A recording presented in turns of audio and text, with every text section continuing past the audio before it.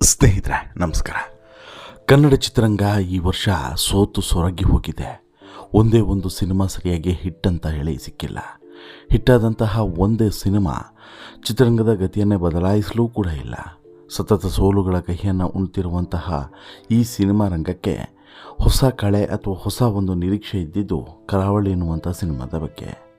ಆದರೆ ಈ ಕರಾವಳಿ ಸಿನಿಮಾ ಈಗ ವಿವಾದದ ಕೇಂದ್ರ ಬಿಂದುವಾಗಿರುವಂಥದ್ದು ಮತ್ತು ಪರಸ್ಪರ ಈ ವಾದ ಪ್ರತಿವಾದ, ಆರೋಪ ಪ್ರತ್ಯಾರೋಪ ಮತ್ತು ಒಂದಷ್ಟು ಗೊಂದಲಗಳಲ್ಲಿ ಪೊಲೀಸ್ ಸ್ಟೇಷನ್ನ ಮೆಟ್ಟಿಲನ್ನ ಏರಿರುವಂಥದ್ದು ಇವೆಲ್ಲವೂ ಕೂಡ ಈಗ ಭಾರಿ ಕುತೂಹಲಕ್ಕೆ ಮತ್ತು ಎಲ್ಲೋ ಒಂದು ಕಡೆ ಏನಪ್ಪ ಇದು ಅನ್ನೋ ರೀತಿಯಲ್ಲೂ ಕೂಡ ನೋಡುವಂಥ ಪರಿಸ್ಥಿತಿ ನಿರ್ಮಾಣ ಆಗಿದೆ. ಹೀಗಿರುವಂಥ ಸಂದರ್ಭದಲ್ಲಿ ಕರಾವಳಿ ಈ ವಿವಾದವನ್ನು ಯಾಕೆ ಸೃಷ್ಟಿ ಮಾಡಿಕೊಳ್ತೋ? ಇಲ್ಲಿ ನಿರ್ದೇಶಕರದ್ದು ತಪ್ಪ, ನಿರ್ಮಾಪಕರದ್ದು ತಪ್ಪ, ಅಥವಾ ನಾಯಕ ನಟ ಪ್ರಜ್ವಲ್ ದೇವರಾಜ್ ಅವರದ್ದು ತಪ್ಪ? ಹೀಗೆ ಸಾಕಷ್ಟು ಪ್ರಶ್ನೆಗಳು ಕೂಡ ಹೇಳ್ತಾ ಇದ್ದಾವೆ. ಚಿತ್ರತಂಡ ತನ್ನ ತಂಡದ ಸಮರ್ಥನೆಯನ್ನು ಮಾಡಿಕೊಳ್ತಾ ಇದ್ದರೆ ಇಲ್ಲಿ ಪ್ರಜ್ವಲ್ ದೇವರಾಜ್ ಮತ್ತು ಅವರ ಕಡೆಯವರು ಬೇರೆ ದೇವಂಥ ವಿಚಾರಗಳನ್ನು ಎತ್ತುತ್ತಿದ್ದಾರೆ. ಈಗಾಗಲೇ ಈ ವಿಚಾರದ ಬಗ್ಗೆ ನಟ ನಟಿಯರುಗಳು ಕೂಡ ಆಡ್ತಾ ಇದ್ದಾರೆ, ಒಂದಷ್ಟು ಪ್ರಶ್ನೆಗಳನ್ನು ಕೂಡ ಕೇಳ್ತಾ ಇದ್ದಾರೆ. ಹಾಗಾದರೆ ಇಲ್ಲಿ ಯಾರ್ದು ಸರಿ, ಯಾರ್ದು ತಪ್ಪು, ಏನಾಗಿದೆ? ಈಗ ಪೊಲೀಸ್ ಸ್ಟೇಷನ್ ಮೆಟ್ಟಿಲು ಹತ್ತಿರೋದು ಯಾಕೆ? ಆಮೇಲೆ ಪೇಮೆಂಟ್ ಎಲ್ಲದೂ ಕೂಡ ಕ್ಲಿಯರ್ ಮಾಡಿದ್ದೀನಿ ಅಂತ ಹೇಳ್ಬಿಟ್ಟು ನಿರ್ದೇಶಕರು ಹೇಳಿದ್ದು ಯಾಕೆ? ಎಲ್ಲವನ್ನೂ ಕೂಡ ನಿಮ್ಮ ಮುಂದೆ ಇಡ್ತಾ ಹೋಗ್ತೀನಿ. ಅದಕ್ಕಿಂತ ಮುಂಚೆ ನೀವಿನ್ನೂ ಕೂಡ ನಮ್ಮ ಚಾನಲನ್ನು ಸಬ್ಸ್ಕ್ರೈಬ್ ಮಾಡಿಲ್ಲ ಅಂದರೆ ದಯವಿಟ್ಟು ಕೂಡಲೇ ಸಬ್ಸ್ಕ್ರೈಬ್ ಮಾಡಿ ಸ್ನೇಹಿತರೆ. ಕರಾವಳಿ ಎನ್ನುವಂಥ ಒಂದು ಸಿನಿಮಾ ಈ ಕರಾವಳಿಯ ಜಾನಪದ ಸಂಸ್ಕೃತಿಯನ್ನು ಮತ್ತು ಕರಾವಳಿಯ ಈ ಹಿಂದಿನ ಕರಾವಳಿ ಹೇಗಿತ್ತು, ಅಲ್ಲಿನ ಕೆಲವೊಂದಷ್ಟು ಸಮಸ್ಯೆಗಳು ಏನಿದ್ವು, ಹಾಗೆಯೇ ಅಲ್ಲಿರುವಂತಹ ಈ ಸಾಂಪ್ರದಾಯಿಕ ಕ್ರೀಡೆಗಳು, ಕಂಬಳ ಆಗಿರ್ಬೋದು, ಇನ್ನಿತರ ಕ್ರೀಡೆಗಳು, ಇದರ ಸುತ್ತಮುತ್ತ ಹೋಗುವಂಥ ಸಿನಿಮಾವೇ ಕರಾವಳಿ. ಅಲ್ಲಿ ಬೇರೆ ಬೇರೆ ಕಥೆಗಳನ್ನು ಸೇರಿಸಿಕೊಂಡು ಒಂದು ಸುಂದರವಾದಂಥ ಸಿನಿಮಾವನ್ನು ಈಗಾಗಲೇ ಶೂಟಿಂಗ್ ಮಾಡಿ ಬಿಡುಗಡೆಗೆ ತಯಾರಿಯಲ್ಲಿ ಇದ್ದಾರೆ. ಈಗ ಮೊನ್ನೆ ಈ ಕರಾವಳಿ ಸಿನಿಮಾದಲ್ಲೂ ಕೂಡ ಒಂದು ದೊಡ್ಡ ಭಿನ್ನಾಭಿಪ್ರಾಯ ಎದ್ದಿದೆ ಅನ್ನೋದು ಗೊತ್ತಾಗಿದೆ. ಯಾವಾಗ ಅಂತ ಹೇಳಿದ್ರೆ ಟ್ರೈಲರ್ ಲಾಂಚ್ನ ಇವೆಂಟ್ನಲ್ಲಿ.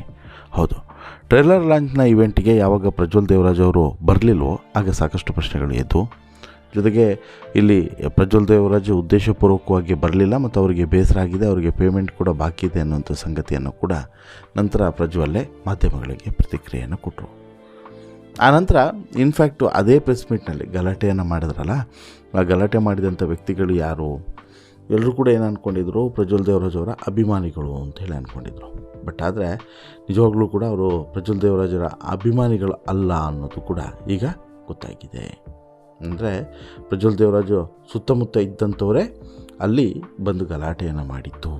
ಹಾಗಾಗಿಯೇ ಈಗ ಈ ಪ್ರಕರಣ ಪೊಲೀಸ್ ಠಾಣೆಯ ಮೆಟ್ಟಿಲು ಕೂಡ ಏರಿದೆ. ಉಪ್ಪರಪೇಟೆ ಪೊಲೀಸ್ ಠಾಣೆಯಲ್ಲಿ ಪ್ರಕರಣ ದಾಖಲಾಗಿದೆ. ಸಂಭಾವನೆ ವಿಚಾರದಲ್ಲಿ ಚಿತ್ರದ ನಿರ್ಮಾಪಕ, ನಿರ್ದೇಶಕ ಗುರುದತ್ ಗಾಣಿಗ ಮತ್ತು ನಾಯಕ ನಟ ಪ್ರಜ್ವಲ್ ದೇವರಾಜ್ ನಡುವೆ ಭಿನ್ನಾಭಿಪ್ರಾಯ ಮೂಡಿತ್ತು. ಸಂಭಾವನೆ ಬಾಕಿ ಕೊಡೋವರೆಗೂ ಕೂಡ ನಾನು ಡಬ್ಬಿಂಗ್ ಮಾಡೋದಿಲ್ಲ ಅನ್ನುವಂಥ ವಿಚಾರವನ್ನು ದೇವರಾಜ್ ಹೇಳಿದ್ರಂತೆ.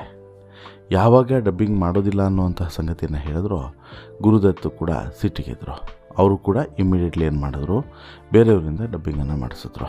ಜೊತೆಗೆ ಇದಕ್ಕೆ ಸೂಟ್ ಆಗುವಂತಹ ಧ್ವನಿಯನ್ನೇ ಹಾಕಿಕೊಳ್ಳಬೇಕು ಅನ್ನೋದ ಕಾರಣಕ್ಕೋಸ್ಕರ ಪ್ರಜ್ವಲ್ ಅವರ ಧ್ವನಿಯನ್ನು ಹಾಕಿಕೊಳ್ಳೋದಕ್ಕೆ ಸಾಧ್ಯವಿಲ್ಲ ಅಂತಲೂ ಕೂಡ ನಿರ್ಧರಿಸಿದರು.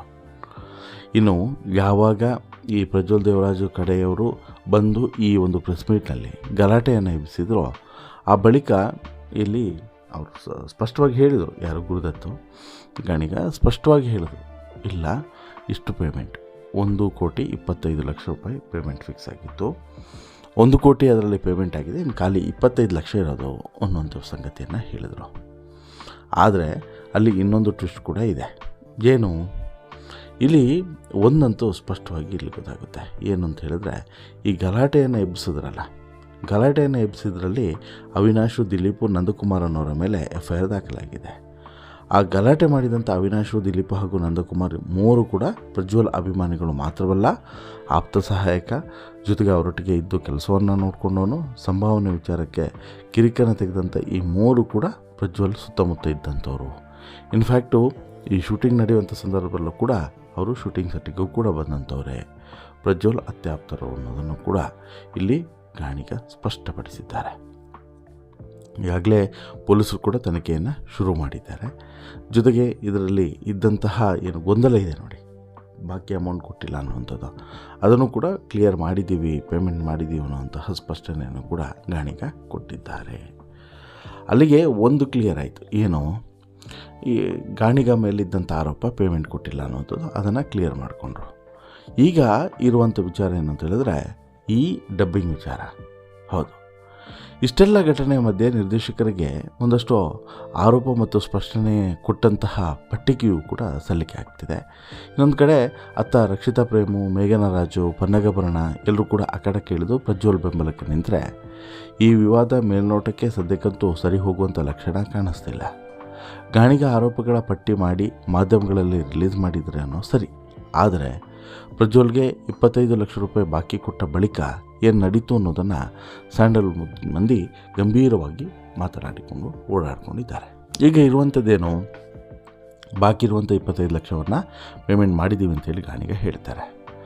ಈ ಸಿನಿಮಾ ಮಾಡುವಾಗ ಪ್ರಜ್ವಲ್ ಕರಾವಳಿ ಸಿನಿಮಾಗಾಗಿ 6 ಪ್ಯಾಕ್ಸನ್ನು ಮಾಡೋದಾಗಿ ಒಪ್ಕೊಂಡಿದ್ರು. ಹೀಗಾಗಿ ದೊಡ್ಡ ಮೊತ್ತವನ್ನು ಕೊಡಲು ನಿರ್ಧರಿಸಿದ್ವಿ.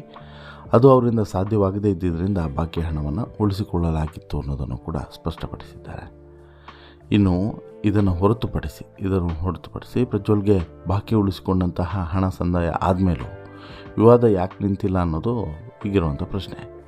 ಪ್ರಜ್ವಲ್ ದೇವರಾಜ್ ಮಾಡಿರುವಂಥ ಆರೋಪಗಳಿಗೆ ಗುರುದತ್ ಗಾಣಿಗ ಪತ್ರದ ಮೂಲಕ ಕೌಂಟರನ್ನು ಕೊಟ್ಟಾಗಿದೆ. ಆದರೆ ಗಾಂಧಿನಗರದ ಮಂದಿ ಇನ್ನೊಂದಷ್ಟು ಹೊಸ ವಿಚಾರಗಳನ್ನು ಹಂಚಿಕೊಳ್ತಾ ಇದ್ದಾರೆ.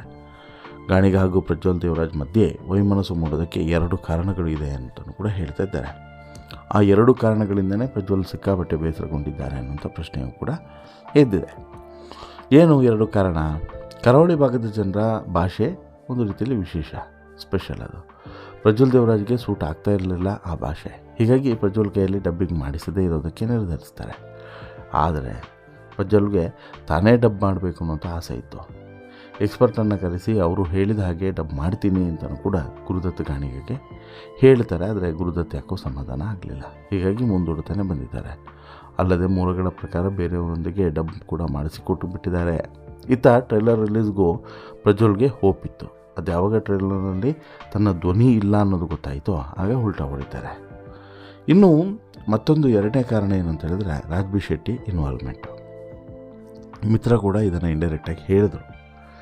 ಸಿನಿಮಾದ ಶೂಟಿಂಗ್ನಲ್ಲಿ ರಾಜ್ ಬಿ ಶೆಟ್ಟಿ ಎಂಟ್ರಿ ಯಾವಾಗ ಆಯಿತೋ ಆವಾಗಿನಿಂದ ರಾಜ್ ಬಿ ಶೆಟ್ಟಿ ತಮ್ಮ ಸಲಹೆ ಸೂಚನೆಗಳನ್ನು ಮತ್ತು ಬದಲಾವಣೆಗಳನ್ನು ತರ್ತಾಯಿದ್ರು. ಇದೆಲ್ಲ ಒಂದು ಕಡೆ ಈ ಪ್ರಜ್ವಲ್ಗೆ ಡೈಜೆಷನ್ ಮಾಡ್ಕೊಳ್ಳೋದಕ್ಕೆ ಸಾಧ್ಯವಾಗಲಿಲ್ಲ. ಇದು ಪ್ರಜ್ವಲ್ಗೆ ಇರುಸು ಮುರುಸು ಆಗಿತ್ತು. ಜೊತೆಗೆ ಸಿನಿಮಾದ ಆಫ್ಟರ್ ವರ್ಕ್, ಸಿನಿಮಾ ಶೂಟಿಂಗ್ ಮುಗಿದ ಬಳಿಕ ಏನು ಕೆಲಸ ಇದೆ ಅದರಲ್ಲೂ ಕೂಡ ರಾಜು ಕಂಪ್ಲೀಟಾಗಿ ತೊಡಗಿಸಿಕೊಂಡಿದ್ರು.